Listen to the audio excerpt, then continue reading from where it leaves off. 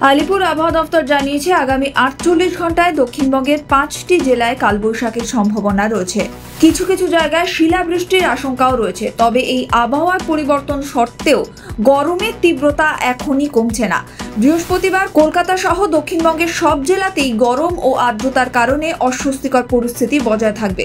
কোথাও কোথাও বৃষ্টির পাশাপাশি তাপপ্রবাহও চলতে পারে। 13ই মে নির্ধারিত সময়ের 5 দিন আগেই দক্ষিণ পশ্চিম মৌসুমী বায়ু আন্দামান ও নিকোবর দ্বীপপুঞ্জে প্রবেশ করেছে। পাশাপাশি অসম ও বিহারে একটি সক্রিয় ঘূর্ণাবর্ত অবস্থান করছে। সব মিলিয়ে বৃষ্টির জন্য অনুকূল পরিবেশ তৈরি হয়েছে। ফলে বৃহস্পতিবার থেকেই দক্ষিণবঙ্গের বিভিন্ন জেলায় কালবৈশাখী ও ঝড় বৃষ্টির সম্ভাবনা দেখা গিয়েছিল। প্রায় সব জেলাতেই বজ্রবিদ্যুৎ সহ হালকা থেকে মাঝারি বৃষ্টিপাত হওয়ার কথা ছিল।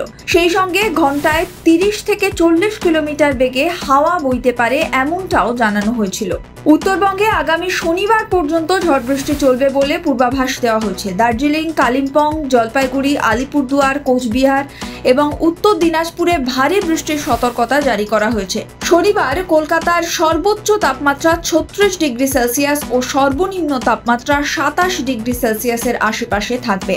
ফলে তীব্র দাবদাহ ও গরমের কারণে অস্বস্তিকর পরিস্থিতিও বজায় থাকবে। Bureau report, sky news Bangla.